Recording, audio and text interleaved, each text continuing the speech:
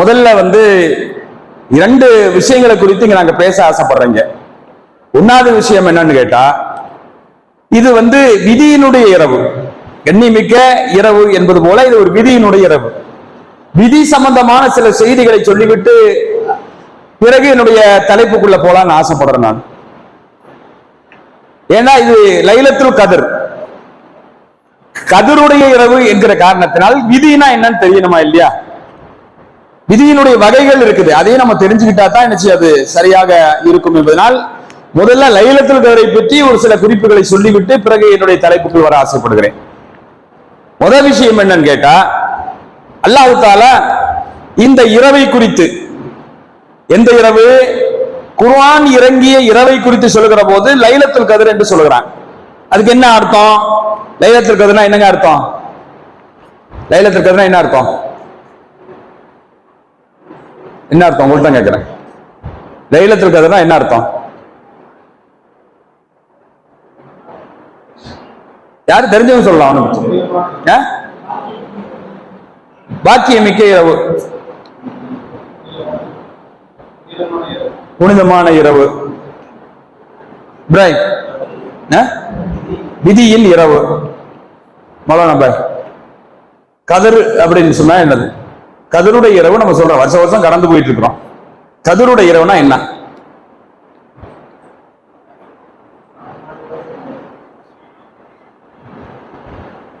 சரி, ரெண்டு அர்த்தம் இருக்குது. கதிர் என்று சொன்னா கண்ணியம் அர்த்தம் ஒண்ணு இருக்குது, இன்னொரு அர்த்தம் விதின்னு இருக்கு. ஒவ்வொருத்தரும் ஒண்ணு சொல்லிட்டீங்க. கண்ணியமிக்க இரவு அப்படின்னு சொன்னாலும் அது பொருத்தமான இரவு தான். குர்ஆன் இறங்கிய இரவு கண்ணியமிக்க இரவு தான். அதையும் தாண்டி அல்லாஹ் இந்த ஒரு விஷயத்தை சொல்றான், விதியினுடைய இரவுன்னு அதுக்கு அர்த்தம் இருக்கு. கதிர் என்பதற்கு கலா கதிர் என்று சொல்றோமா இல்லையா? உன்ற கலா கதிர்ல எப்படி இருக்குன்னு தெரியலையே அப்படின்னு சொல்றோமா இல்லையா? அல்ல கலா கதிர், அந்த கதிருக்கு என்ன அர்த்தம் கேட்டா விதி. விதி என்பது இருக்கிறது என்பதுல நமக்கு மாற்று கருத்துல விதியை நம்பாதவன் மூமினே கிடையாது. விதின்னு ஒண்ணு இருக்குதுங்க நம்பலன்னு சொன்னா யாரு கிடையாது? மூமினே கிடையாது. காரணம், விதி என்று ஈமானுடைய அம்சங்கள்ல ஒண்ணு, அதையும் நம்பித்தான் தீரணும். சாம குழந்தைக்கு மதசால சொல்லிக் கொடுக்குமா இல்லையா? ஆமன்து பில்லாஹி வ மலாயிகத்திஹி வ குதுபிஹி வ ருசுலிஹி வல் யௌமில் ஆகிரி வல் கத்ரி கைரிஹி வ ஷர்ரிஹி மினல்லாஹ் வல் பாஸி பாதல் மௌத் அப்படிங்கிற அந்த லிஸ்ட் அல்லாஹ்வை நம்புறது, மறுமையை நம்புறது, வேதங்களை நம்புறது, நபிமார்களை நம்புறது, மறுமையினால நம்புறது, உயிர் கொடுத்து எழுப்பப்படுவதை நம்புறது, நன்மையும் தீமையும் அல்லாஹ்வினால நடக்குது அப்படின்னு நம்புறது, இதெல்லாம் நான் நம்பிக்கை கொள்ளணும் அப்படிங்கிறது ஈமானுடைய பாடத்துல சொல்லிக் கொடுப்பாங்க. அப்ப விதின்னு ஒண்ணு இருக்குது. அந்த விதி எத்தனை வகையான விதி இருக்கிறது என்று நான் புரிஞ்சுக்கிறோம். முதல் வகையான விதி என்னன்னு கேட்டா, ஹதீஸ்கள்ல பதிவாக இருக்கக்கூடிய விஷயங்கள் எல்லாம் ஆதாரத்தோடு தான் பேசுறேன் நான், நம்புவேன் நான், தாரேன் நான். ஆனா இப்ப விஷயத்துக்கு மட்டும் வந்துடுறோம். படைப்பினங்களை படைப்பதற்கு 50,000 ஆண்டுகளுக்கு முன்னதாகவே அல்லாஹ் ரப்பல் ஆலமீன் நடக்க போகிற அனைத்தையும் எழுதிவிட்டான். யாரு? அல்லாஹ் மட்டும்தான் இருந்தா, அப்போ படைப்பினங்களை படைக்கல. அப்ப அல்லாஹ் எப்படி இருக்கிறான்னு சொன்னா, வெறும் தண்ணீர் மட்டும் படைக்கப்பட்டிருக்கிறது. தண்ணீர் மீது அவனுடைய அரிசி அமைந்திருக்கிறது. அரசுமா, அவனுடைய சிம்மாசனம் அரிசி மீது இருக்கிற நிலையில படைப்பினங்கள் எதுவும் படைக்கப்படுவதற்கு முன்னால் 50,000 ஆண்டுகளுக்கு முன்னதாக அல்லாஹ் ரப்பல் ஆலமீன் விதி எழுதினான். ஏன்னா முதல்ல படைக்கப்பட்டது பேனா. பேனாவை கொண்டு அல்லாஹ் எழுது என்று உத்தரவிட்டான். அது எழுதப்பட்டது. எதில் எழுதப்பட்டது? லவ்ஹுல் மஹ்பூஸ் என்று சொல்லக்கூடிய ஏட்டிலே எழுதப்பட்டது. என்ன எழுதப்பட்டது? நடக்க போகிற அனைத்தும் எழுதப்பட்டது. என்னெல்லாம் நடக்க போகுதோ அத்தனையும் அல்லாஹ் அந்த ஏட்டில் எழுதி வச்சான்.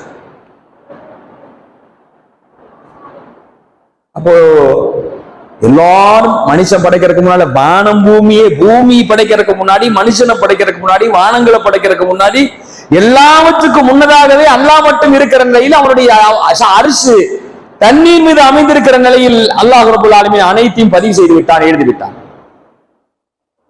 இது ஒரு வகையான விதி.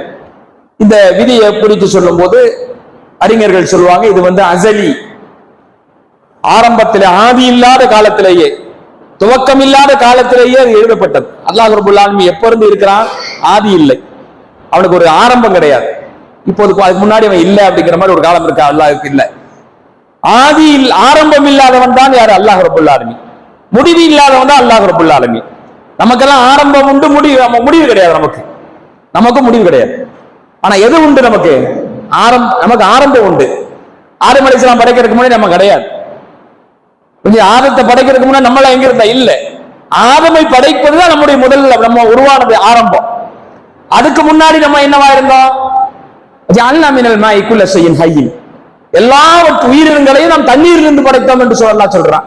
தண்ணி தான் இருந்துச்சு முதல்ல. அப்ப நமக்கு ஒரு ஆரம்பம் உண்டு, முடிவு இருக்குதா? மௌத்தா போயிடுவோம் நம்ம, பிறகு உயிர் கொடுத்து எழுப்பப்படுவோம், பிறகு நம்ம சொர்க்கத்துக்கு அனுப்பப்படுவோம். அந்த சொர்க்கத்தில் என்ன செய்யணும் சொன்னா, சொர்க்கத்துக்கு செல்லக்கூடியவருக்கு ஒரு குறிப்பிட்ட காலம் வரைக்கும் தான் சொர்க்கத்தில் இருப்பாரா? இல்ல, அவருக்கு முடிவே கிடையாது. நரகத்துக்கு ஒருத்தர் போறாரு, நிரந்தர நரகத்துக்குரியவர், அவருக்கு முடிவு இருக்கா? அவருக்கு முடிவு கிடையாது. அது முடிவில்லாதவன் என்ன மனுஷன். அல்லாஹ்வும் முடிவில்லாதவன் தான். நான் ஆரம்பத்தில் நம்ம மாறுபட்டுறோம். ஆரம்பத்தில் அல்லாஹ்வுக்கு ஆரம்பம் கிடையாது, நமக்கு ஆரம்பம் உண்டு. சரிங்களா? அப்போ அல்லாஹ் ரப்புல் ஆலமீன் முதல்ல அஸலியாக நம்ம என்ன நம்முடைய விதியை உருவாக்குன, நம்மளை படைக்கிறதுக்கு, வானம் பூமி படைப்பதற்கு 50,000 ஆண்டுகளுக்கு முன்பு அல்லாஹ் உருவாக்கி வச்சுட்டான். இது ஒண்ணு. இரண்டாவது இன்னொரு விதி ஒண்ணு இருக்கிறது. அந்த விதி என்ன அப்படின்னு கேட்டா, ஒவ்வொரு மனிதனுடைய ஆயுளோடு சம்பந்தப்பட்ட விதி. எல்லாம் எழுதப்பட்டது லவ்ஹுல் மஹ்ஃபூல்ல ஏற்றுல இருக்குது, பாதுகாக்கப்பட்ட பலகையில இருக்கிறது. இரண்டாவது ஒரு விதி எங்க எழுதுறான்னு கேட்டா, ஒரு கணவனும் மனைவியும் தாம்பத்திய உறவுக்காக வேண்டி இணைந்து அந்த மனைவியினுடைய கருவறையில ஒரு சிசு உருவாகிறது, கொஞ்சம் கொஞ்சமாக வளருகிறது. அப்படி வளர்ந்து 120 நாட்கள் ஆகிற போது, எத்தனை நாள்? 120 நாட்கள் ஆகிற போது அல்லாஹ் ஒரு மலக்கை அனுப்பி வைக்கிறான். கருவறைக்கு என்று நியமிக்கப்பட்ட ஒரு மலக்கை அல்லாஹ் அனுப்பி வைக்கிறான். அந்த மலக்கு வந்து என்ன சொல்றாரு அப்படின்னு சொன்ன, அந்த மனிதனுடைய ஆயுள் எவ்வளவு, குறிப்பிட்ட அந்த மனுஷனை பற்றி அவனுடைய ஆயுள் எவ்வளவு, அவனுடைய ரிஸ்க் எவ்வளவு, அவன் நல்லவனா கெட்டவனா, அவனுடைய மரணம் எப்போது, இதெல்லாம் அவனுடைய அந்த குழந்தை விஷயத்துல அவன் 120 நாள் குழந்தையாக சிசுவாக இருக்கிற போது உயிர் ஊதப்பட்டு அந்த விதியும் எழுதப்படுகிறது. அப்ப அவனுடைய ஆயுள் சம்பந்தப்பட்ட விவகாரம் எல்லாம் எங்க பதிவாகுது? தாயினுடைய கருவறையில் 120 நாள் குழந்தையாக சிசுவாக இருக்கிற காலகட்டத்தில் உயிர் மூதி அந்த விதியும் அங்கே எழுதப்படுகிறது. புரிஞ்சுங்களா? அதனால சாதாரண காலம் இல்ல. கர்ப்பமுற்று இருக்கிற காலங்கிறது சாதாரண காலம் கிடையாது. நம்ம தக்தீர், நம்முடைய தலைவிதி எழுதப்படக்கூடிய காலகட்டமுங்க. புரிஞ்சுங்களா? 30, 60, 90, 120 4 மாதம் கருவறையில் அந்த குழந்தை இருக்கிற காலகட்டத்துல அதுக்கு அப்பதான் உண்மையான உயிர் ஊதப்படுது. அது வரைக்கும் லேசான உயிர் இருக்கும். உயிரணுக்களுக்கு என்ன உயிர் இருக்குமோ அந்த லேசுமாசமான உயிர் வளரக்கூடிய எல்லாத்துக்குமே உயிர் இருக்கணும், இல்லாட்டி வளராது. எதுக்கு உயிர் இல்லையோ அது வளராது, எதுக்கு உயிர் இருக்கிறதோ அது வளரும். அது தாவரமாக இருந்தாலும் சரி, அது மனிதனாக இருந்தாலும் சரி, விலங்குகளாக இருந்தாலும் சரி. ஆனால் எதற்கு உயிர் இல்லையோ அது வளராது. இரும்பு வளருமா, கல்லு வளருமா, மண்ணு வளருமா, சூரியன் வளருமா? அதெல்லாம் வளராது. ஏன்? அதுக்கு உயிர் கிடையாது. அப்ப எதற்கு உயிர் இருக்கிறதோ அது வளரும். அப்போ நாம நம்மளுக்கு உயிர் ஊதப்படுவதற்கு முன்னாலே ஒரு வகையான உயிர் இருக்கதான் செய்யறதுல. உயிரணுக்கள் அதுக்கு பேரே என்னதான்? உயிரணுக்கள் நம்ம பேர் வைக்கிறோமா இல்லையா? பூச்சியாக இருக்கிறது. நம்ம பாஷையில சொல்றதா இந்த பூச்சியாக இந்த சிசுவுக்குள்ள கருவறைக்குள்ள அந்த குழந்தை இருக்கிறது. அப்படி 120 நாட்கள் இருக்கிற போது விதி எழுதப்படுகிறது. அதுக்கு நம்ம நியமிக்கப்பட்ட மலக்கு எழுதுறாரு. 2 விதியாச்சா? 2. 3வது விதி, இந்த மனுஷன் 1 வயசு குழந்தையாகிறான், 2 வயசு குழந்தையாகிறான், 3 பிறந்த பிறகு 1 வயசு குழந்தை, 2 வயசு குழந்தை, 3 வயசு குழந்தை, 4 வயசு குழந்தைன்னு சொல்லி பல வருடங்களை கடக்கிறான், பல வருடங்களை தாண்டுறான். அப்படி தாண்டுகிற போது அல்லாஹ்வுடைய கணக்கு பிரகாரம் பாத்தீங்கன்னு சொன்னா, ஒவ்வொரு ஆண்டும் அவனுடைய விதி, அவன் சம்பந்தப்பட்டிருக்கிற இந்த வருஷத்துக்கான விதி இருக்கிறதா இல்லையா, பட்ஜெட், அந்த பட்ஜெட் ஏற்கனவே லவ்ஹுல் மஹ்ஃபூல்ல எழுதப்பட்டு 19வாக அவனுடைய தாயினுடைய கருவறையில் இருக்கிற போது மறுபடியும் எழுதப்பட்டு 3வதாக இப்ப என்ன செய்யப்படுது கேட்டா, அந்த எழுதப்பட்ட விதி, அந்த சம்பந்தப்பட்ட ஒவ்வொரு குழந்தை, ஒவ்வொரு மனிதன், ஒரு ஆணோ பெண்ணோ, அவர்களுடைய விதி, அந்த ஆண்டுக்கான பட்ஜெட்டை, அதுக்கான விதியை, தகுதியை மலக்குகளிடத்தில் ஒப்படைக்கப்படுகிறது. மலக்குகிட்ட கொடுக்கப்படுது. அது எப்படி எங்க சொல்றீங்க, இது எப்படி உங்களுக்கு தெரியும் அப்படின்னு கேட்டா 2 வசனம் அதுக்கு ஆதாரம். 2 வசனம் சூரத்து துஹான், ஹாமீமல் கிதாபில் முபீன், இன்னா அன்ஸல்னாஹு ஃபீ லைலத்தின் முபாரக்கத்தின் இன்னா குன்னா முந்திரீன் ஃபீஹா யுஃப்ரகு குல்லு அம்ரின் ஹகீம். ஹாமீம், தெளிவான இந்த வேதத்தின் மீது சத்தியமாக ஒரு பரக்கத்து வாய்ந்த அருள் வளம் வாய்ந்த ஒரு இரவிலே நாம் இந்த குர்ஆனை அருளினோம். லைலத்த முபாரக்கான்னு சொல்றோம். லைலத்துல் கத்ர் என்று சொல்ற மாதிரி இதுக்கு இன்னொரு பேர் இருக்கு. அதுக்கு பேர் என்ன? லைலத்த முபாரக்கா. முபாரக்கான இரவு. முபாரக்கான இரவிலே இந்த குர்ஆனை நாம் அருளினோம். இது குர்ஆன் இன்னொரு சூரத்திலே அதை வலியுறுத்தினா எப்படி? அன்சல்னாஹு ஃபீ லைலத்துல் கத்ர், கத்ருடைய இரவிலே நாம் அருளினோம், இறக்கினோம் சொல்றான். அதோட நிறுத்தினா பரவாயில்லங்க. அந்த சூரத்து துஹான்லயும் ஒரு இன்னொரு அடுத்த வசனம், அடுத்த தொடர்ல அல்லாஹ் பேசுறான். அதே சூரத்துல் கத்ர்லயும் ஒரு தொடர்ல அல்லாஹ் பேசுறான். வேறொரு விஷயம் பத்தி பேசுறான், விதி சம்பந்தமா பேசுறான். தீஹா, அந்த பரக்கத்தான இரவில் தான் யுஃப்ரகு, பிரிக்கப்படுகிறது, பகிர்ந்து கொடுக்கப்படுகிறது. குல்லு அம்ரின் ஹக்கீம், தீர்மானிக்கப்பட்ட விஷயங்கள் பிரித்து கொடுக்கப்படுகிறது. தீர்மானிக்கப்பட்டதுனா இது லவ்ஹுல் மஹ்ஃபூல்ல தீர்மானிக்கப்பட்டிருக்கா இல்லையா? அதே மாதிரி எங்க தீர்மானிக்கப்பட்டு மறுபடியும் தாயினுடைய வயிற்றில் இருக்கிற போது தீர்மானிக்கப்பட்டதா இல்லையா? அப்ப தீர்மானிக்கப்பட்ட விஷயங்கள் அந்தந்த மனுஷனுக்குள்ள அந்த வருஷத்துக்கான தீர்மானிக்கப்பட்ட விஷயங்கள் பிரித்து கொடுக்கப்படுகிறது. தீர்மானிக்கப்பட்ட விஷயங்கள் பிரித்து கொடுக்கப்படுதுன்னு சொன்னா அந்த வசனத்திலையும் அடுத்த சூரத்துல் கத்ர்லயும் சொல்றான் பாருங்க. விதி சம்பந்தமா பேசும்போது தனஸ்ஸலுல் மலாயிகத்து வர்ரூஹு ஃபீஹா பிஇذن ரப்பிஹிம் மின் குல்லி அம்ர், அந்த இரவில கதிருடைய இரவில மலக்குமார்கள் இறங்குகிறார்கள். தனஸ்ஸலுல் மலாயிகத்து, மலக்குமார்கள் இறங்குகிறார்கள். வர்ரூஹு, ஆன்மாவும் இறங்குகிறார். ஆன்மானா யாரு? ஜிப்ரீலும் இறங்குகிறார். ஃபீஹா, இரவில பிஇذن ரப்பிஹிம், அவருடைய அல்லாஹ்வுடைய அவருடைய ரப்புடைய அனுமதியின் பேரில், உத்தரவின் பேரில் இறங்குகிறார்கள். என்னத்தை கொண்டுட்டு இறங்குகிறார்கள்? மின் குல்லி அம்ர், எல்லா கட்டளைகளை கையில் ஏந்தியவாறு எடுத்தவாறு அவர்கள் இறங்குகிறார்கள். கட்டளைகளை சுமந்தவன் அவர்கள் இறங்குகிறார்கள். அது என்ன கட்டளை? அதைத்தான் நம்ம விதின்னு சொல்றோம். அந்தந்த அந்த பூமியில இன்றைக்கு இந்த வருஷத்திலிருந்து இந்த கதிர், லைலத்துல் கத்ரிலிருந்து அடுத்த கதிர் வரைக்கும் நடக்கக்கூடிய விஷயங்கள் யாரிடத்துல ஒப்படைக்கப்படுது? மலக்குமார்களுக்கு ஒப்படைக்கப்படுது. மலக்குகள் அந்த ஆணைகளோடு, அந்த உத்தரவுகளோடு தான் இறங்குகிறார்கள். அப்ப லைலத்துல் கத்ர்னா விளையாட்டு காரியம் இல்லைங்க. உட்கார்ந்தா கொஞ்ச நேரம் பயான் பண்ணோம் போனான்னு இல்ல, நம்ம தலையெழுத்தோடு சம்பந்தப்பட்ட ஒரு இரவு. லவ்ஹுல் மஹ்ஃபூல்ல எழுதப்பட்டது. தாயினுடைய கருவறையில சிசுவாக 120 நாள் குழந்தையாக இருந்த போது, அப்போதும் அது அங்கிருந்து எடுத்து மறுபடியும் சிசுவுக்காக வேண்டி எழுதப்படுகிறது. அந்த சிசுவோடு சம்பந்தப்பட்ட விஷயமாக மறுபடியும் என்ன செய்து ஒவ்வொரு லைலத்துல் கத்ருடைய இரவிலும் அந்த எழுதப்பட்ட தீர்மானிக்கப்பட்ட விஷயங்கள் பிரித்து கொடுக்கப்படுகிறது. யாரிடத்தில் கொடுக்கப்படுகிறது? மலக்குகளிடத்தில் கொடுக்கப்படுகிறது. அதை வாங்கி கொண்டு மலக்குகள் இறங்கி வருகிறார்கள். அவரோடு அவருடைய தலைவராக திகழக்கூடிய ரூஹ், ஆன்மாவாக திகழக்கூடிய ஜிப்ரீலும் வருகிறார். மூணு விதியாச்சா? இந்த 3 விதிகள் இருக்கிற இதே நிலையில இது ஒவ்வொரு நாளும் செயல்படுத்தப்பட்டுக் கொண்டிருக்கிறது.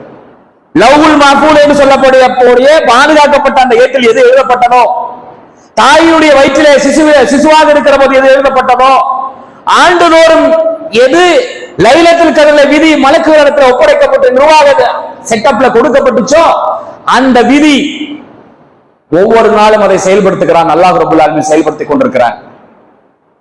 எப்படி செயல்படுத்துகிறான்? சூரத்துர் ரஹ்மான்ல சம்பந்தமா சொல்லி காட்டுறான். குல்ல யௌமின் ஹூ ஃபிஷான், ஒவ்வொரு நாளும் அவன் அலுவலில் இருந்து கொண்டிருக்கிறான். அல்லாஹ் தன்னை பத்தி சொல்றான். குல்ல யௌமின் ஹுவ ஃபிஷான், அவன் ஒவ்வொரு நாளும் ஏங்கிக் கொண்டிருக்கிறான், செயல்பட்டுக் கொண்டிருக்கிறான், தன்னுடைய அலுவலிலே ஈடுபட்டுக் கொண்டிருக்கிறான். ஃபபிஐயி ஆலாஇ ரப்பிக்குமா துகத்திபான், ஜின்களே மனிதர்களே, அல்லாஹ் உங்களுக்கு செய்த அருட்கொடைகளை எதை நீங்கள் பொய் என்று சொல்வீர்கள்? சொல்லுங்கள். நான் ஒவ்வொரு நாளும் அலுவலில் இருந்து கொண்டிருக்கிறேன், இயங்கிக் கொண்டிருக்கிறேன், செயல்பட்டுக் கொண்டிருக்கிறேன். எழுதப்பட்ட தீர்மானிக்கப்பட்ட விஷயங்கள் தண்ணீர் மீது அரிசி அமைந்திருக்கிற காலகட்டத்தில் வானங்கள் பூமி படைக்கப்படுவதற்கு 50,000 ஆண்டுகளுக்கு முன்னால் எவை தீர்மானிக்கப்பட்டவோ, எவை எழுதப்பட்டனவோ அவற்றை அல்லாஹ் ரப்பல் ஆலமீன் செயல்படுத்துகிறான். ஒவ்வொரு நாளும் செயல்படுத்திக் கொண்டிருக்கிறான். அப்ப நம்முடைய எழுதப்பட்ட அனைத்து விஷயங்களும் நடைமுறையில் நடந்து கொண்டிருக்கிறது. அப்ப எழுதுறதுதானா? அதுல ஏதாவது மாற்றம் சம்பவிக்குமான ஒரு கேள்வி வரும். ஏதாவது அல்லாஹ் மாத்திரக்கு வழி இருக்கா? இல்ல எழுதுறது முடிஞ்சு போச்சா? அப்படின்னு கேட்டா ரெண்டு விஷயம் விதியை பொறுத்த வரைக்கும் ரெண்டு விஷயம் இருக்குங்க. ஒரு வகையான விதி என்னன்னு கேட்டா, எழுதப்பட்டதுதான், அது மாற்ற முடியாதுன்னு அல்லாஹ் தீர்மானிச்சிருந்தா அப்படி ஒரு விதி இருக்கிறது. இன்னும் சில விதி இருக்கிறது, அல்லாஹ் அதை சேர்த்தே எழுதுகிறான். ஒரு மனிதன் அவன் தன் உறவினர்களை அனுசரித்து வாழ்ந்தால் அவனுக்கு ஆயுளை நான் கூட்டி தருவதற்கு வாய்ப்பு இருக்குது, பரக்கத் செய்வதற்கு வாய்ப்பு இருக்கு. ஆயுள் கூட்டுறதுன்னா 60-70 அர்த்தம் அல்ல, பரக்கத் செஞ்சு விட்டுருவேன் ஆயுள்ல. அவனுடைய வாழ்வாதாரத்துல அவனுக்கு இவ்வளவு வாழ்வாதாரம் இருந்தால் அவன் சொந்த பந்தத்தை அரவணைச்சான்னு சொன்னான், இரத்த பந்தத்தை அரவணைச்சான்னு சொன்ன அவனுக்கு வந்துடுச்சு நானே அவனுடைய வாழ்வாதாரத்தை அதிகப்படுத்துவேன் அப்படின்னு சேர்த்து எழுதியிருப்பான். அந்த விதிக்கு என்ன பேரு? கலாம் அல்லக்கு என்று சொல்வார்கள். இப்படி செய்தால் இப்படி நடக்கும், இல்லாவிட்டால் இப்படித்தான் நடக்கும் தீர்மானிக்கப்பட்டிருக்கும். என்ன செஞ்சாலும் இப்படித்தான் அப்படிங்கிறது இருக்கு. தீர்மானிக்கப்பட்டது அவன் விஷயத்துல மாறாதுன்னு இருக்கும். இல்ல மாறுறதுக்கு அவன் இப்படி செய்தால் அவன் விதி மாற்றப்படலாம் அப்படின்னு எழுதப்படும். இதெல்லாம் நான் சொந்தமா சொல்லல, திருமறை குர்ஆன்ல அதையும் அல்லாஹ் சொல்றான். எங்க சொல்ற? யம்ஹுல்லாஹு மா யஷா வ யுஸ்பிது வ இன்தஹு உம்முல் கிதாப். அல்லாஹ் தான் நாடியதை அழிப்பான், மாய்ப்பான், எழுதப்பட்டதை அழிப்பான். வ யுஸ்பிது, நான் நாடியதை அழிக்காமல் அப்படியே எழுதப்பட்டதாகவே அப்படியே வைத்து விடுவான். ரெண்டுமே நான் செய்வேன். அல்லாஹ் வலா குல்லி ஷைஇன் கதீர். அல்லாஹ் அனைத்தின் மீது ஆற்றல் உள்ளவனாக இருக்கிறான். அவன் படைப்பதற்கு முன்னால் எழுதப்பட்ட அந்த விஷயங்கள் இருக்கிறது, அதை அப்படியே வைத்துக் கொள்வதற்கும் எனக்கு உரிமை இருக்கிறது, இல்லை மாற்றுவதற்கும் எனக்கு அழித்து கொள்வதற்கு எனக்கு உரிமை இருக்கிறது. நான் என்னாலும் செய்வேன். யம்ஹுல்லாஹு மா யஷா வ யுஸ்பிது வ இன்தஹு உம்முல் கிதாப். அல்லாஹ் நினைத்ததை மாய்ப்பான், அழிப்பான், நினைத்ததை சிறப்படுத்துவான். ஏன்? இந்த உம்முல் கிதாப் எங்க கையில தான் எனக்கு அந்த மூளை ஏடு இருக்கிறது. ஏடு எங்க கையில் இருக்குப்பா, நான் நினைச்சதை அழிப்பேன், நினைச்சதை நான் அப்படியே விட்டு வைப்பேன். அப்ப நமக்கு என்ன இதுல விட கிடைச்சு போச்சு? இப்போ எழுதியதுதான் அப்படியும் இருக்கலாம், இல்லை அல்லாஹ் நாடினால் எழுதியதை மாற்றி திருத்தி அமைப்பதற்கும் மாற்றி அமைப்பதற்கும் அதற்கும் அல்லாஹ் ஆற்றல் பெற்றவனாக இருக்கிறான். ரசூல் ஸல்லல்லாஹு அலைஹி வஸல்லம் ஹதீஸ்களுக்கு போலாம். நபிகள் நாயகம் ஸல்லல்லாஹு அலைஹி வஸல்லம் அவர்கள் விதி சம்பந்தமாக தீய விதியிலிருந்து நான் பாதுகாப்பு தேடுகிறேன் என்று சொல்கிறார்கள். எழுதுனதான் சொன்னா அது பாதுகாப்பு தேடணும். அல்லாஹ் தீர்மானிச்சதுதான், அதுல மாற்றமே சம்பவிக்காது, மாற்றங்களே நிகழாது என்று சொன்னால் நான் தீய விதியிலிருந்து நான் பாதுகாப்பு தேடுகிறேன் என்கிற துஆவுக்கு என்ன பொருள்? மாற்றம் சம்பவிக்கிறதுக்கு வாய்ப்பு இருக்கு, அல்லாஹ் நினைச்சா மாத்திடுவான்.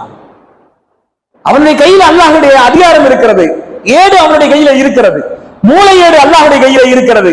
அழிப்பதற்கும் சேர்ப்பதற்கும் எதுக்குமே அல்லாஹ்வுக்கு அவனுக்கு அதிகாரம் இருக்கிறது. அவனை யாரும் கேள்வி கேட்க முடியாது. அவர்கள் செய்பவற்றை அவன் விசாரிப்பான், ஆனால் அவன் செய்பவற்றை யாரும் விசாரிக்க இயலாது. அந்த ஆற்றல் பெற்றவன் தான் அல்லாஹ் என்கிற காரணத்தினால், அல்லாஹ்வுடைய கரத்திலே அனைத்தும் இருக்கிற காரணத்தினால் அவனை யாரும் விசாரிக்க இயலாது. மாற்றுவதற்கு அவன் அதிகாரம் இருக்கிறது. அல்லாஹும்மி அஸ்ஸஅலுக கைர ஹாதல் யௌம் வ கைர மா பஅதஹு வ அஊது பிக மின் ஷர்ரி ஹாதல் யௌம் வ ஷர்ரி மா பஅதஹு. நபி ஸல்லல்லாஹு அலைஹி வஸல்லம் செய்த துஆக்களில் ஒன்று, யா அல்லாஹ், ஒவ்வொரு நாளும் அவர்கள் பிரார்த்தனை செய்கிறார்கள், இந்த நாளினுடைய நன்மையை நான் கேட்கிறேன், இந்த நாள் நிகழக்கூடிய நன்மைகளை நான் கேட்கிறேன். வ ஷர்ரி மா பஅதஹு, இதற்கு பின்னால் ஏற்படக்கூடிய நன்மைகளை நான் கேட்கிறேன். வ அஊது பிக மின் ஷர்ரி ஹாதல் யௌம், இந்த நாளிலே ஏற்படக்கூடிய தீமையிலிருந்து நான் பாதுகாப்பு தேடுகிறேன். இந்த நாளிலே ஏற்படக்கூடிய தீமைகள், இந்த நாளுக்கு பிறகு ஏற்படக்கூடிய தீமைகள், அவற்றிலிருந்து நான் பாதுகாப்பு தேடுகிறேன்.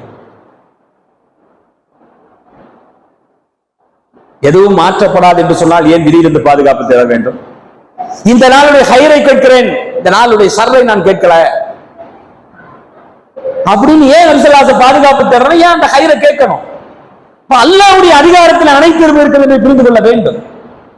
புரிஞ்சுங்களா? இப்ப வாங்க, நாம எந்த இதுல உட்கார்ந்து இருக்கணும்? ஒருவேளை நம்முடைய தலையெழுத்து எழுதப்படக்கூடிய இந்த ஆண்டில் என்னுடைய கணக்கு முடிக்கப்படுவதற்கு வாய்ப்பு இருக்கிறது. இந்த ஆண்டிலே அடுத்த லைலத்துல் கத்ர் வருவதற்கு முன்னால் இவன் கோசு அப்படின்னு அல்லாஹ் எழுதி இருந்தால் நமக்கு தெரியாது. அதில் என்னுடைய வாழ்வாதாரம் எப்படி இருக்கும் என்று எனக்கு தெரியாது. அல்லாஹ் என்னை உயர்த்தலாம், தாழ்த்தலாம், என் வாழ்வாதாரத்தை மேம்பட செய்யலாம், அல்லது என் வாழ்வாதாரத்தை படுகொலைக்கு தள்ளுவதற்கும் அல்லாஹ்வுக்கு உரிமை இருக்கிறது. நான் மோசமான காரியங்கள் செய்வதற்கும் வாய்ப்பு இருக்கிறது, நான் நன்மையான காரியங்கள் செய்வதற்கும் வாய்ப்பு இருக்கிறது. எது நமக்கு தெரியல. அப்படித்தான் நாம் இருக்கிறோம். அல்லாஹ் அனைத்தும் அறிந்தவன். நாளைக்கு நான் எதை சம்பாதிப்பேன் என்பது எனக்கு தெரியாது, அல்லாஹ் ஒருவனுக்குத்தான் தெரியும். லா தத்ரி நஃப்சும் மாதா தக்ஸிபு கதா, நாளைக்கு ஒரு ஆன்மா என்ன சம்பாதிக்கும் என்பதை யாரும் அறிய மாட்டார்கள், அல்லாஹ் தான் அறிவான். வலா தத்ரி நஃப்சும் பி ஐயாவின் தமூத், ஒரு உயிர், ஒரு மனிதன் எங்கு மரணிப்பான் என்பது அல்லாஹ் ஒருவனுக்குத்தான் தெரியும். அப்படிப்பட்ட ஒரு நிலையில் தான் நாம் அமர்த்தப்பட்டிருக்கிறோம், அறியாதவராக இருக்கிறோம். நம்முடைய விதி எப்படி எழுதப்பட்டிருக்கிறது என்பது நமக்கு தெரியாது. ஆனால் விதியினுடைய இரவை நாம் தேடி வந்திருக்கிறோம். அல்லாஹ் ஒரே நாள்ல 2 வச்சுட்டான். ஒண்ணு, அந்த இரவில் குர்ஆனை இறக்கி வைத்தான். குர்ஆனை இறக்கி வைத்து விட்டு அந்த நாளை எப்படி சொல்கிறான்? நான் குர்ஆனை இறக்கி வைத்திருக்கிற இரவாக இருக்கிற காரணத்தினால், அது மாதமாக இருக்கிற காரணத்தினால், அந்த மாதம் முழுவதும் நீங்கள் இதற்கு நன்றி கடனாக நீங்கள் நோன்பு வச்சுக் கொள்ளுங்கள். ஒண்ணு, முதல்ல குர்ஆன் இறங்குறது அதே லைலத்துல் கத்ருடைய இரவில் தான். அல்லாஹ் தேர்வு செய்த அந்த இரவில் தான். அதுக்கு நன்றி கடனாக என்ன செய்யுங்க, அந்த மாதம் முழுவதும் என்ன செய்யுங்க, நோன்பு வச்சுக்கிடுங்க.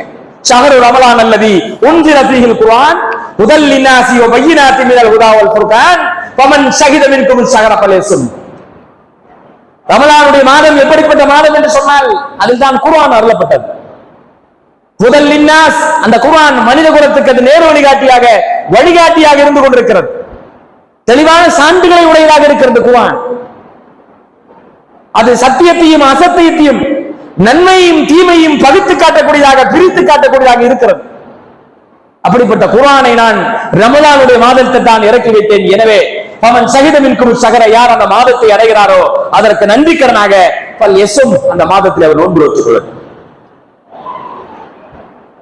அல்லாஹு தஆலா கொடுத்த ஒரு உதவிக்காக, கொடுத்த உபகாரத்துக்கு, மனித குலத்துக்கு செய்த உதவிக்காக வேண்டி ஈமான் கொண்டவர்களுக்கு கொடுக்கப்பட்டிருக்கிற கட்டளை என்னன்னு சொன்னா, அவனுக்கு தெரியாது, காபிருக்கு தெரியாது இதனுடைய பலன் என்ன, நன்மை என்னன்னு தெரியாது. உனக்கு தெரியும். இந்த குர்ஆன் உனக்கு வழிகாட்டியது. இந்த குர்ஆன் இல்லாவிட்டால் நம்முடைய நிலை என்ன? குர்ஆன் அதை எடுக்காதவர்கள் இன்றைக்கு முஸ்லிம் என்ற பெயரில் இருக்கிறார்களே, அவர்கள் ஏன் வழிகட்டார்கள்? ஏன் மார்க்கம் இல்லாமல் இருக்கிறார்கள்? ஏன் மனம் போற போக்கிலே போகிறார்கள்? மன விருப்பங்களை மார்க்கமாக ஏன் ஆக்கிக் கொண்டார்கள்? ஏன் விதத்துகளிலே செயல்படுகிறார்கள்? ஏன் சிறுக்கான பாதைகளிலே பயணம் செய்து கொண்டிருக்கிறார்கள்? திருச்சி நத்தர்ஷா வலியுல்லா தர்கால நேற்று இந்த வாரத்தில் நடந்த இந்த திருவிழா, கோயிலெல்லாம் மிஞ்சிடக்கூடிய அளவுக்கு பயங்கரமான ஆட்டம், குதிரை டான்ஸ். ஏன் வழிகட்டு போனார்கள்? ஏன் அவர்கள் லலாலத்துல போனாங்க?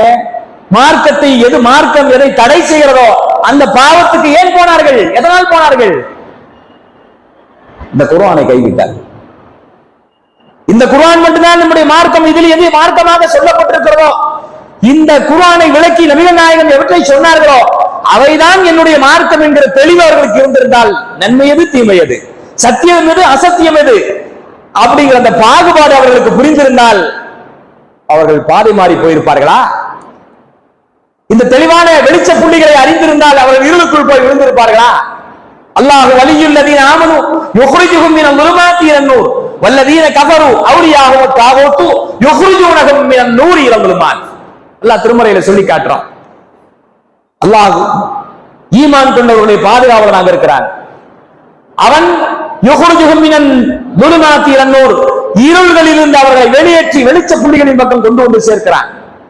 வெளிச்சத்தின் பக்கம் கொண்டு வந்து சேர்க்கிறான். வல்லதீன கஃபரு, நிராகரிக்கக்கூடியவர்கள், அவுலியாவும் அவர்களுடைய பாதுகாவலர் அத்தாகூத்து தீய சக்திகள் தான். யுக்ரிஜூனஹும், அவர்கள் காபிர்களை வெளிச்சத்திலிருந்து வெளியேற்றி அவர்கள் இருளுக்குள்ளே கொண்டு போய் தள்ளுகிறார்கள். தீய சக்திகள் காபிர்களை இருளுக்குள் கொண்டு போய் தள்ளுகிறார்கள். அல்லாஹ் என்ன செய்கிறான்? ஈமான் கொண்டவர்களை இருள்களிலிருந்து வெளியேற்றி வெளிச்சத்துக்கு கொண்டு வருகிறான் என்று சொல்லி காட்டுகிறது. அப்ப குர்ஆனுக்கு விளக்கமாக வந்த நடமாடும் உரையாக திகழ்ந்த நபிகள் நாயகம் ஸல்லல்லாஹு அலைஹி வஸல்லம் வெளிச்ச புள்ளிகளை காட்ட வந்தவர்கள், பிரகாசத்தை கொடுக்க வந்தவர்கள். அந்த பிரகாசத்தை ஏந்தாத காரணத்தினால் அவர்கள் தீக்குண்டத்துல போய் டான்ஸ் ஆடிட்டு இருக்கிறான், குதிரை டான்ஸ் ஆடிட்டு இருக்கிறான். எந்தெந்த விதத்து பண்ண முடியும் அத்தனையும் செய்யறான். சஜிதா செய்யறான், காசை போட்டு இறைக்கிறான், கொஞ்சம் சிறுக்கான அத்தனை காரியமும் செய்யறான், மார்க்கம் சொல்லாத அத்தனையும் செய்கிறான் இறந்தவர்களுக்கு பக்கத்தில் போய். ஏன்? மார்க்கம் இல்லை. ஆனால் உங்கள யாராவது குதிரை டான்ஸுக்கு போனீங்களா? உங்கள யாராவது தர்காவுக்கு போனீங்களா? எங்காவது தர்கா விசேஷம் பஸ் பிடிச்சு போயிருக்கீங்களா? இது வரைக்கும் பழக்கம் இருக்குதா? இல்ல. ஏன் இல்ல? இந்த குர்ஆன் உங்களை தடுக்கிறது, இந்த நபியினுடைய போதனைகள் உங்களை தடுக்கிறது. அந்த தவறான பாதைக்கு போகக்கூடாது என்று தடுத்து நன்மை எது தீமை என்கிற வெளிச்சத்துக்கு நீங்க வந்து விட்டீர்கள். அந்த இருளில் இருந்து இங்கே வெளிச்சத்துக்கு வந்து விட்டீர்கள். சத்தியம் எது அசத்தியம் என்கிற தெளிவு உங்களுக்கு கிடைத்து விட்டு அதனால் வந்து விட்டீர்கள். அல்லாஹ் இந்த திருமறையில தெளிவாக சொல்லி காட்டுறான். எனவே இந்த தெளிவை கொடுத்தது யார்? இந்த திருமறை தான் உங்களுக்கு தெளிவை கொடுத்தது. இந்த மார்க்கம் உங்களுக்கு தெளிவை கொடுத்திருக்கிறது. இந்த குர்ஆன் உங்களுக்கு தெளிவை கொடுத்திருக்கிறது. எனவே நாம நன்றி செலுத்தணும். குர்ஆனுக்காக வேண்டி வருஷம் நம்ம நன்றி செலுத்திய தீர வேண்டும். அதற்கு பெயர் தான் நோன்பு. பமன் ஷஹிதமின்கும் ஷஹர ஃபல்யஸும், யார் அந்த மாதத்தை அடைகிறாரோ அவர் நோன்பு நோற்றுக் கொள்ளட்டும். சில இபாதத்துகளை சொல்லிட்டு அல்லாஹ் தஆலா அதுக்கு நன்றியாக ஒரு அமலை சொல்லி காட்டுவான். இன்னொன்று இருக்கு, அல் கௌசர் தடாகம் என்று சொல்லி ஒரு தடாகம் நாம் கேள்விப்பட்டிருக்கிறோம். அது எங்க இருக்குதுங்க? அல் கௌசர் தடாகம் எங்க இருக்குது? எந்த ஊர்ல இருக்கு? கௌசர் தடாகம் எந்த ஊர்ல இருக்கு? எங்க இருக்குது? சத்தமா சொல்லுங்க, தைரியமா சொல்லுங்க. பெரியாட்டில் சொல்லாம திருத்திக்கலாம், பிரச்சனை இல்லை. எங்க இருக்கு? மாஷர் மைதானத்திலயா? சொர்க்கத்துக்கு வெளியில ஒரு கௌசர் இருக்குது, சொர்க்கத்துக்கு உள்ள ஒரு கௌசர் இருக்கு, ரெண்டு இருக்கு. உள்ள இருக்கக்கூடிய கௌசர்ல இருந்து லிங்க் கொடுத்து அல்லாஹ் ரப்பல் ஆலமீன் நீர் எங்க கொண்டு சேர்க்கிறான். அது நதி. சொர்க்கத்துக்குள்ள இருக்கக்கூடிய கௌசருக்கு பேரு அது கௌசர்ங்கிற நதி. அது அந்த நதியிலிருந்து ஒரு இணைப்பு வந்து எங்க போய் சேருது? வெளியில் இருக்கக்கூடிய அந்த தடாகத்தை கொண்டு சேர்க்கிறது. அதுக்கும் கௌசர் தான் பேரு. அது குளம். அது அது கௌசர் தடாகம். சொர்க்கத்துக்கு இருக்கக்கூடிய கௌசருக்கு பேரு நஹர் ஃபில் ஜன்னah. சொர்க்கத்தில் இருக்கக்கூடிய ஒரு ஆறு, ரெண்டு கௌசர் இருக்கு. இந்த கௌசரை பற்றி நபிகள் நாயகம் ஸல்லல்லாஹு அலைஹி வஸல்லம் சொன்னார்கள், அது பாலை விட வெண்மையானது, தேனை விட இனிமையானது. அதில் யார் அருந்துகிறாரோ அதற்கு பிறகு அவர் வாழ்நாளை அவருக்கு தாகம் என்கிற அந்த பிணி ஏற்படாது. தாகம் இந்த துனியால தான், பசி இந்த துனியால தான். சொர்க்கத்துல யாருக்காவது எனக்கு பசிக்குது சோறு குடுறா அல்லான்னு கேட்டவானா? பசியே வராது, தாகமே வராது. ஏன்? பசி பிணி என்பதெல்லாம் பூமியில் இருக்கக்கூடிய உடலுக்கு தான். சொர்க்கத்திலே நம்ம சொர்க்கத்துக்காக வேண்டி அனுப்பப்படக்கூடிய அந்த உடலுக்கு பசி வராது, பிணி வராது, நோய் வராது, நொடி வராது, முதுமை வராது, மரணம் வராது. அது வித்தியாசமான உடல். அங்கு நமக்கு கொடுக்கப்படக்கூடிய உடல் இருக்கலாம் எல்லாம் வித்தியாசமான. ஆனால் சொர்க்கத்துக்கு நுழைவதற்கு முன்னால் நம்ம மஹ்ஷர் மைதானத்தில் இருக்கிற போது பயங்கரமான தாகத்தில் இருப்போம். ரொம்ப நாள் நிப்பாட்டி வச்சிருப்பான் கொஞ்சம் சொர்க்கத்துக்கு போறதுக்கு முன்னாடி. அப்ப முதல்ல எல்லாம் கேள்வி கணக்கெல்லாம் முடிச்சு போட்டு அந்த தடாகத்தில் போய் என்ன செய்வோம்? நீர் அருந்துவோம். நீர் அருந்தி நம்ம என்ன செய்வோம்? ஆசுவாசப்பட்டுக் கொள்வோம். அந்த தடாகம் யாருடைய பொறுப்புல இருக்கும்? நபிகள் நாயகம் ஸல்லல்லாஹு அலைஹி வஸல்லம் பொறுப்புல இருக்கும். ரசூல் ஸல்லல்லாஹு அலைஹி வஸல்லம் கொடுக்கப்பட்டு தனி சிறப்பு. கௌசர் தடாகத்துடைய அதிகாரம் அல்லாஹ்வின் தூதருக்கு மட்டும் கொடுக்கப்பட்டிருக்கிறது, முஹம்மது ஸல்லல்லாஹு அலைஹி வஸல்லம் கொடுக்கப்பட்டிருக்கிறது. இது அல்லாஹ் இங்கே அறிவிச்சான். தடாகத்தினுடைய உரிமை சாவி உங்களுக்கு தான் ஒப்படைக்கிறேன்னு சொல்லிவிட்டான். அதனுடைய உரிமை யாருக்கு தான்? ரசூலுல்லாஹ்வுக்கு தான் சொல்லி பூமியிலே அறிவிக்கப்பட்டாச்சு. எந்த சூறால சொல்றான்? எந்த சூறால? அல் கௌசர் அத்தியாயத்தில் சொல்றான், இன்னா அஃதைனாக்கல் கௌசர் ஃபஸல்லி லிரப்பிக வன்ஹர் இல்ல ஷானியக ஹுவல் அப்தர். நபியே, உங்களுக்கு அல் கௌசரை கொடுத்திருக்கிறோம். கல் கௌசரை கொடுத்திருக்கோம்னு சொல்லிடக்கூடாது. சில பேர் அப்படி சொல்லிட்டு கல் கௌசர் கல் கௌசர் கல் கௌசர்னு அப்படியே பழக்கமா கல் கௌசர் பேர் வச்சிருக்காங்க. கல் கௌசர் இல்லப்பா, அத்தைனாக்க அல் கௌசர். ரெண்டையும் சேர்க்கும் போது கல் கௌசர். அது ஓடும் போது என்ன செய்ய? காவு போய் இல்ல போய் சேர்க்கிறோம். கல் கௌசர் சொல்லி கல் கௌசர் ஆக்கி வச்சிருக்காங்க சில பேர். அப்படி கிடையாது. அத்தைனாக்க அல் கௌசர் சேட்டா இன்னும் அத்தைனா கல் கௌசர். அல் கௌசரை உமக்கு நாம் அருள் தந்திருக்கிறோம். தந்தனால இதுக்கு நன்றி செலுத்துங்கிறான். நபியை பார்த்து நன்றி செலுத்த சொல்றான். எப்படி நன்றி செலுத்த சொல்றான்?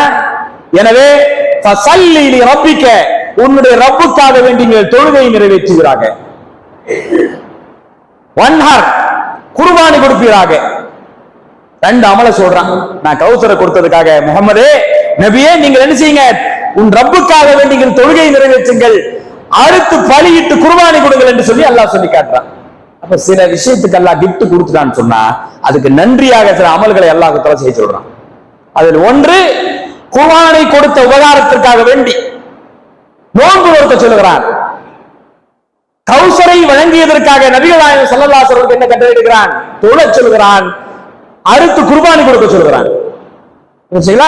அதனால ஒவ்வொரு வருடமும் நாம் வருகிற போது, ரமலானுடைய மாதம் வருகிற போது நோன்பு, ஒருத்தர் சொல்றாரு உடம்புக்கு ரொம்ப நல்லதுங்க, சுகர் எல்லாம் குறைஞ்சிருங்க, பிபி எல்லாம் குறைஞ்சிருங்க, கொழுப்பு சத்து கொழுப்பா குறைஞ்சு போயிடுங்க, ஃப்ரெஷ்ஷா இருக்குதுங்க. உனக்கு நோய்க்கு நிவாரணம் கொடுக்கறதுக்கு தான் நோன்புன்னு நினைச்சிட்டு இருக்கான் சிலர். இன்னொருத்தர் தத்துவம் பேசுறார் மேடை ஏறிக்கிட்டு, ஏழைகளின் பசியை உணர்வதற்காகத்தான் நோன்பு கடமையாக்கப்பட்டிருக்கிறது அப்படிங்கிறான். இதராது அப்ப பணக்காரனுக்கு நோன்பு கடமை இல்லையாப்போ? அட ஏழைக்கு சோத்துக்கே வழி இல்லப்பா, அவருக்கு கடமை இல்லையாப்போ? பணக்காரருக்கும் கடமை தான், பசி உணர்ந்து எப்போதும் உணர்ந்து கொண்டிருக்கக்கூடியவருக்கும் கடமை தான். ஏழைக்கு ஏதாவது விதிவிலக்கு இருக்கா நோன்பு வைக்க வேணாண்டு? சகருக்கு சாப்பாடு ரெடி பண்ணிட்டு நோன்பு வைன்னு அல்ல சொல்றானே தவிர, நீ ஏழை அதனால நோன்பு வைக்காதுன்னு சொல்றானே.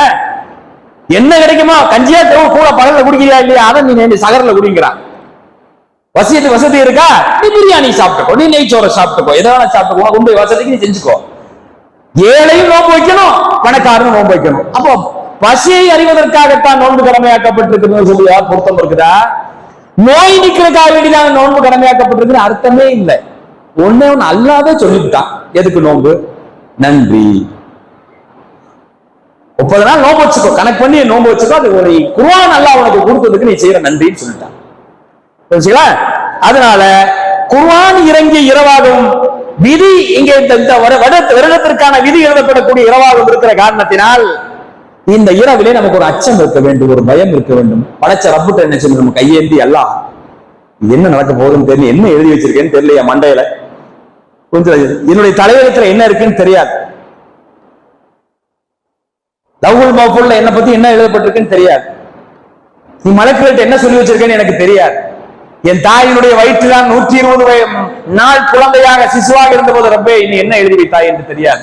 என்னுடைய ஆயுளை குறித்து என்ன எழுதியிருக்கிறாய், என்னுடைய அமலை குறித்து என்ன எழுதியிருக்கிறாய், என்னுடைய ரிசுக்கை குறித்து என்ன எழுதியிருக்கிறாய் என்று எனக்கு தெரியாது ரப்பே. எல்லாவற்றையும் அறிந்தவனாக நீ இருக்கிறாய். அதனால் படைச்சவனே, அறியாதவனாக நான் இருக்கிறேன், விளங்காதவனாக நான் இருக்கிறேன். என்னுடைய விதியை என்ன தாங்க முடியாத சுமைகளை மேல சுமத்துகிறார். ரப்பனா வலா துஹம்மில்னா மா லா தாகத லனா பி வஃபு அன்னா வஃபிர் லனா வர்ஹம்னா அன்த மௌலானா ஃபன்சுர்னா அலல் கௌமில் காஃபிரீன். இறைவா, எங்களால் சுமக்க முடியாத சுமையை எங்கள் மீது சுமத்தி விடாதே. மாலா தாகத லனா, எதுக்கு எங்களால் சுமக்க முடியாத தூக்க முடியாத அப்படிப்பட்ட சுமையை கொடுத்துறாரு. எங்களை மன்னிச்சிரு ரப்பே, வஃபு அன்னா வஃபிர் லனா, எங்களுடைய பாவங்களை மறைத்து விடு ரப்பே அப்படின்னு அல்லாஹ்விடத்தை கரமேந்தி கேட்க வேண்டிய நாளாக இருக்கிறது.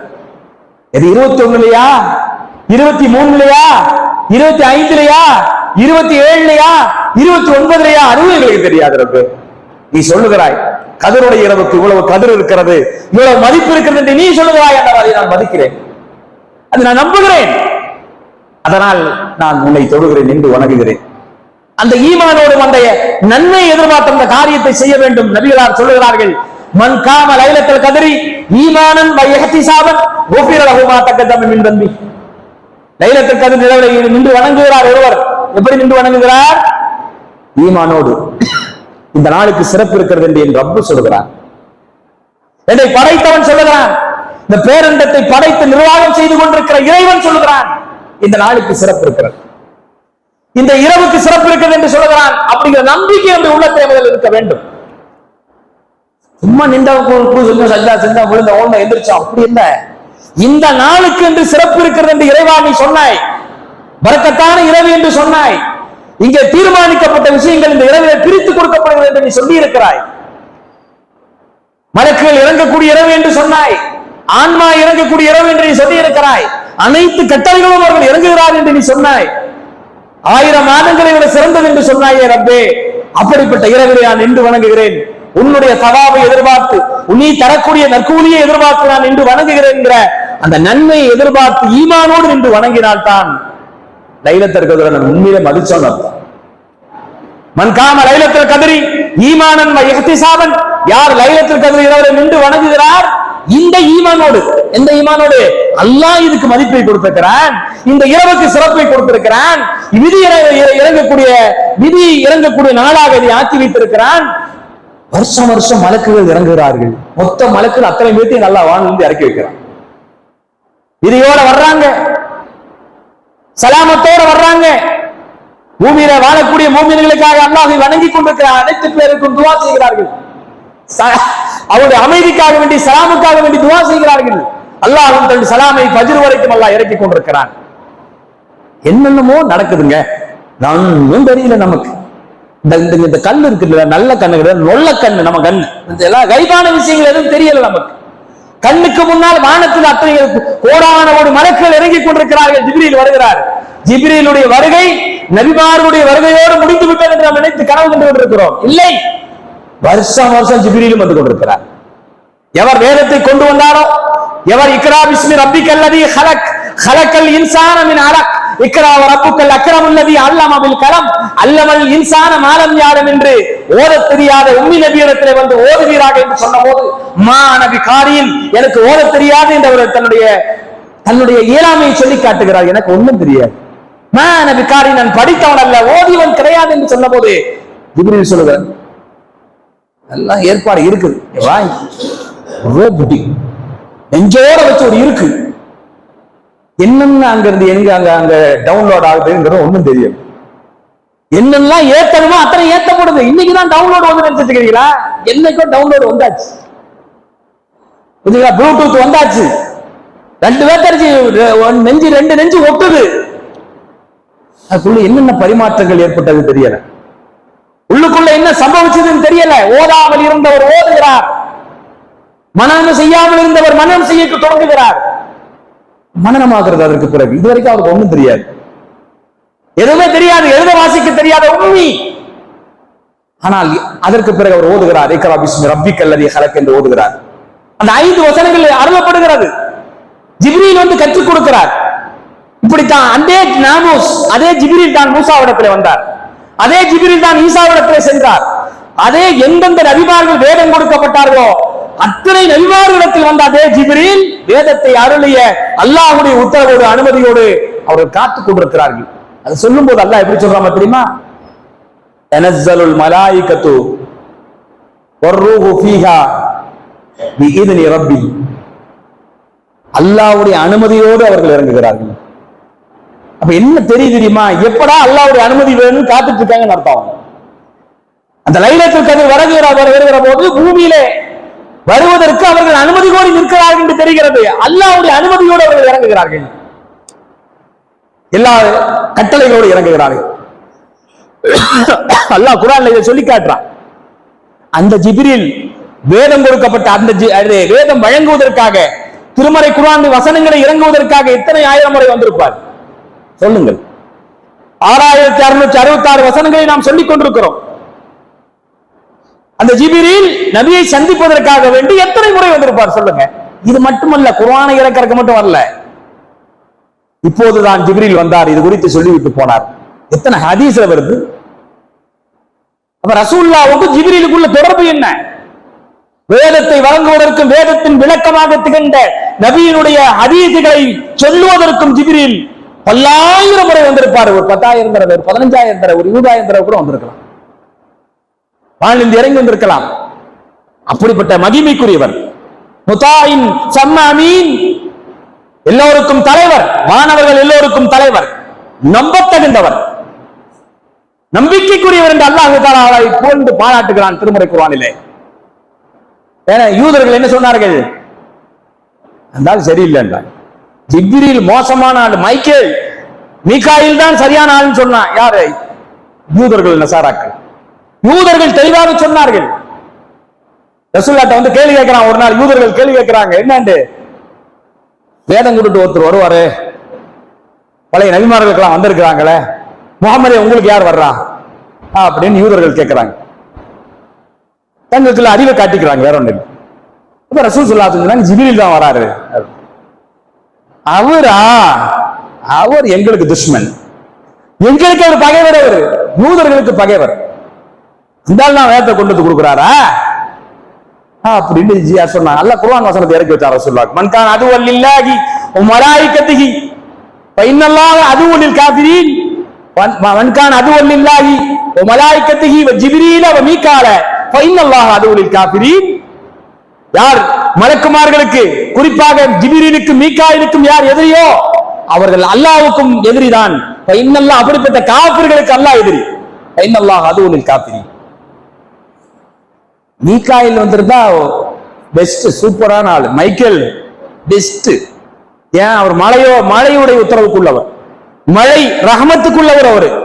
அதனால மீகாயில் வந்திருந்தாங்கன்னு சொன்னா இன்னைக்கு முகமது பின்னாடி நாங்க வந்திருப்போம்னு சொல்லி அவன் சொன்னானுங்களாம். ஜிப்ரீல் வந்தனாலதான் உங்களுக்கு பின்னாடி நாங்க வரல, உங்களை நாங்க ஏத்துக்கிறல. அதே மீகாயில் வந்திருந்தாருன்னா உங்களை நான் ஏத்திருப்போம் அப்படின்னு அவர்கள் சொன்னதாக இந்த குர்ஆனுடைய வசனத்துக்கு விளக்க உரையில தஃசீர் இப்னு கஸீர் எழுதுகிறார். மன் கான அதுவல் லில்லாஹி வ மலாயிகத்திஹி வ ஜிப்ரீல வ மீகால ஃபஇன்னல்லாஹ அதுவல் லில் காஃபிரீன்.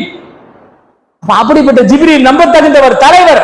ஒவ்வொரு ஆண்டும் நினைச்சாரு மலக்குகள் புடை சூழ எல்லோரும் வானத்திலிருந்து இறங்குகிற போது சன்னஞ்சமாக இறங்குகிறார்கள். தனஸ்ஸல், இன்சால் என்று சொல்வதற்கும் தன்சீல் என்பதற்கும் குர்ஆன்ல வித்தியாசம் இருக்குது. அர்த்தம் ஒரே டைம்ல மொத்தமா இறங்கினா அதுக்கு பேரு இன்சால், கொஞ்சம் கொஞ்சமா இறங்கினா அதுக்கு பேரு தன்சீல், தனஸ்ஸல் அப்படின்னு சொல்லுவாங்க அரபுல. அங்க தனஸ்ஸுல்ங்கிற வேர்ட் இறங்க அல்லாஹ் பயன்படுத்துறான் சூரத்துல் கத்ர்ல. தனஸ்ஸலுல் மலாயிகத்து, மலக்குகள் கொஞ்சம் கொஞ்சமாக இறங்குகிறார்கள். சன்னஞ்சன்னமாக, நஜ்மன் ஃபனஜ்மன், கொஞ்சம் கொஞ்சமாக அவர்கள் இறங்குகிறார்கள். லட்சோப லட்சம் மலக்கள், கோடான கோடி மலக்கள் வானிலிருந்து இறங்கி வருகிறார்கள். யாருக்கு? இந்த மனுஷனுக்கு, நம்மளுக்காக வேண்டி, நமக்கு துஆ செய்யறதுக்காக வேண்டி. கொஞ்சம் நமக்கு அல்லாஹ் கொடுக்கிற மதிப்பு நாம அல்லாஹ்வுக்கு மரியாதை கொடுக்கவே தெரியலையே. அட, ஈமான் கொண்டவர்களுக்கான அல்லாஹ் மரியாதை கொடுக்குறாங்க. ஆனால் ஈமான் கொண்டவர்கள் அதை மதிக்க வேண்டிய மதிக்கல. அல்லாஹ்வை மதிக்க வேண்டிய விதத்தில் அவர்கள் மதிக்கவில்லை என்று யூதர்களை குறித்து, நசாராக்களை குறித்து அல்லாஹ் சொல்கிறான். நாம மட்டும் என்ன, அவன் நம்மள மரியாதை செய்கிற காண்டி அத்துணை மலக்குகளையும் அந்த மலக்குகளுடைய தலைவராக இருக்கக்கூடிய ஜிப்ரீலுடைய தலைமையிலே அல்லாஹ் இறக்குகிறான். நமக்கு அந்த மரியாதை, அந்த அல்லாஹ்வுடைய போற்றுவதற்கும் புகழ்வதற்கும் நன்றி செலுத்துவதற்கும் தகுதியான ரப்பை மறந்து நாம் பாதி மாறி பயணம் செய்து கொண்டிருக்கிறோம். அல்லாஹ் சொல்றான். அதனாலதான் எங்கப்பா போறீங்கன்னு கேட்க, எங்கே செல்கிறீர்கள்? இன்னொரு வசனத்துல சொல்றான், ஓடி வருவதா என்றால் என்னை நோக்கி ஓடி வாருங்கள், விரைந்து வாருங்கள், என்னை அல்லாஹ்வை நோக்கி விரைந்து வாருங்கள். இன்னொரு வசனத்திலே சொல்லுகிறான், சாரியோ விரையுங்கள், இல மகஃபிரத்தின் ரப்பிக்கும், உங்களுடைய ரப்பினுடைய மன்னிப்பை நோக்கி நீங்கள் விரைந்து வாருங்கள், ஜன்னத்தின் அவருடைய சொர்க்கத்தை நோக்கி நீங்கள் விரைந்து வாருங்கள். இது மன்னிப்பினுடைய இரவாக இருக்கிறது. மன்னிக்கிறான், இந்த இரவில் அல்லாஹ் மன்னிக்கிறான்.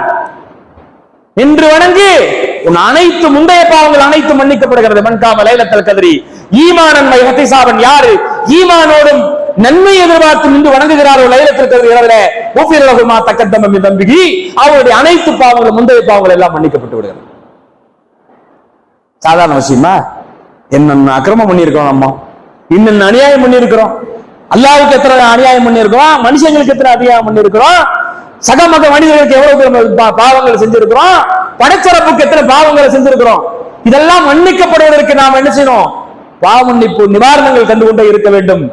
அதான் ரசூலுல்லாஹ் சொல்லி காட்டுறாங்க, நின்று வணங்குற அல்லாஹ் உன்னை மன்னிக்கிறதுக்கு தயாரா இருக்கு. அன்னை ஆயிஷா கேட்டார்கள், அதான் கேட்டார்கள். என்ன கேட்டார்கள்? அல்லாஹ்வின் தூதரே, லைலத்துல் கத்ருடைய இரவிலே நான் என்ன ஓத வேண்டும், என்ன துஆ செய்ய வேண்டும் சொல்லுங்கள். ரசூலுல்லாஹ் தெளிவா சொல்லி கொடுத்தாங்க. அல்லாஹும்ம இன்னக அஃபுன் துஹிப்புல் அஃவ ஃபஅஃபு அன்னி, இறைவா நீ பெருந்தன்மையோடு பாவங்களை மன்னிப்பவன். அஃபு என்று சொன்னால் பெருந்தன்மையோடு மன்னிக்க கூடியவன். மன்னிப்பதைத்தான் நீ விரும்புகிறாய். பெரிய மனசு காட்டி மன்னிக்கிறது தான் நீ விரும்புற. இதனுடைய விருப்பமே அதுதான். என் அடியானை மன்னிக்க வேண்டும் என்பதுதான் என்னுடைய விருப்பம். நீ அப்படித்தான் நினைத்துக் கொண்டிருக்கிறாய். எனவே நீ அந்த லிஸ்ட்ல என்னையும் சேர்த்துக்கோ. என்னுடைய பாவத்தை அல்லாஹ்வை பெரிய மனசோடு என்ன மன்னிச்சிரு அப்படின்னு நீங்க கேளுங்கன்னு சொல்லி நாயகம் ஸல்லல்லாஹு அலைஹி வஸல்லம் சொல்லி கொடுத்தார்கள். எனவே இது விதியின் இரவு மட்டுமல்ல, மாட்சிமை புரிந்த மகத்துவமிக்க இரவு மட்டுமல்ல, பாவ மன்னிப்பு அருளப்படக்கூடிய நாளாகவும் இருக்கிறது என்று சொல்லி நபிகள் நாயகம் ஸல்லல்லாஹு அலைஹி வஸல்லம் சொல்லி காட்டி இருக்கிறார்கள்.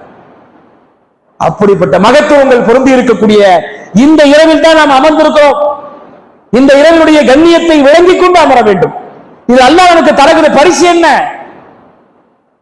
நீங்க எத்தனை வருஷம் வாழ்வீங்கன்னு என்கிட்ட கேட்டா நான் என்ன பதில் சொல்ல போறேன்? என்ன சொல்ல முடியும் என்னால? என்ற ஒருத்தர் கேட்கிறாரு நீங்க எத்தனை வருஷம் வாழ்வீங்கன்னு. அவ்வளவுதான், முதட்ட ஒரு பிதுக்குதான் முடியும் நம்மளால, வேற ஒண்ணும் முடியாது. யார்கிட்ட கேட்டாலும் பதில் இல்லை. அதுக்கு பதில் இல்லாத ஒரு கேள்வி என்னன்னு கேட்டா நீ எத்தனை வருஷம் வாழ்வ அப்படின்னு கேட்டு பாருங்க, யாருக்கிட்டையும் பதில் கிடையாது. ஏன்? என்னுடைய ஆயுளை பற்றி எனக்கு தெரியாது. என்னுடைய மரணம் என்னோடு அடைந்து கொண்டிருக்கிறது. என் செருப்பு வாரை விட எனக்கு நெருக்கமாக இருக்கிறது. ரசூலுல்லாஹ் சொல்லலையா, உன் மரணம் உன்னுடைய செருப்பு வாரை விட உனக்கு நெருக்கத்தில் இருக்கிறது என்று சொன்னார்கள் நபிகள் நாயகம் ஸல்லல்லாஹு அலைஹி வஸல்லம்.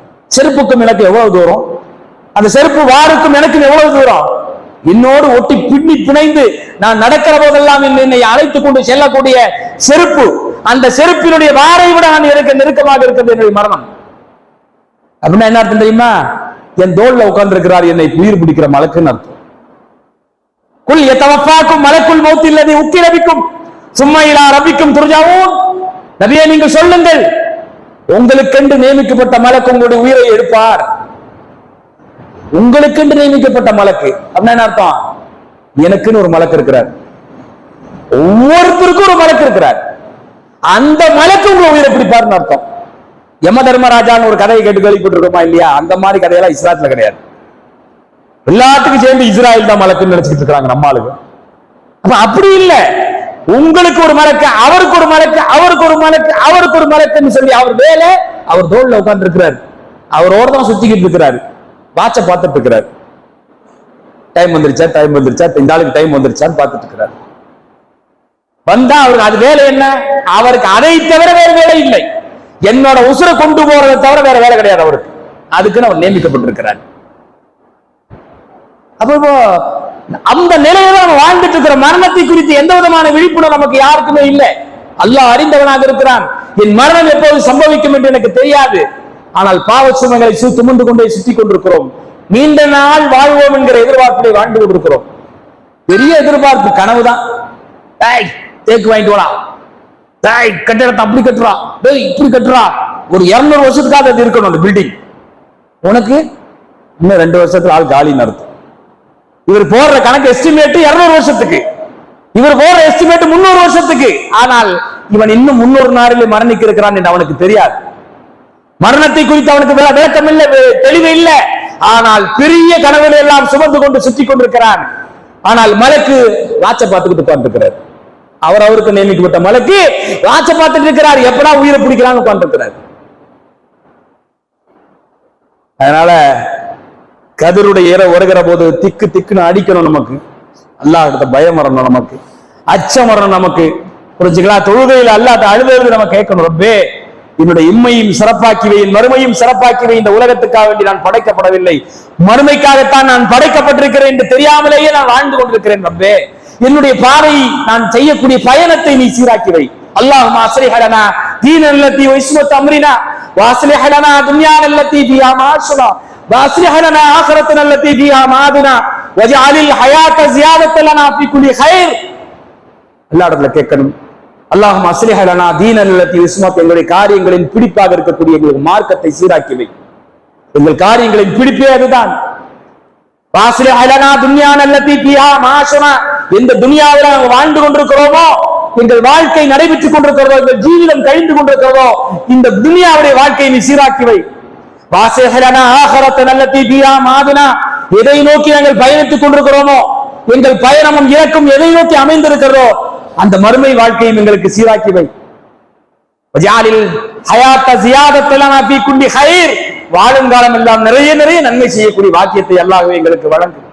வஜஅலில் மௌத ராஹத்தன் லனா மின் குல்லி ஷர், நான் இருக்கிற காலத்தில் அதிகமாக தீமைதான் செய்வேன் என்றிருந்தால் எனக்கு மரணத்தை தந்து விடுகிறேவா. யாரு கேட்டாங்க? அல்லாஹ்வுடைய தூதர் கேட்ட துவா.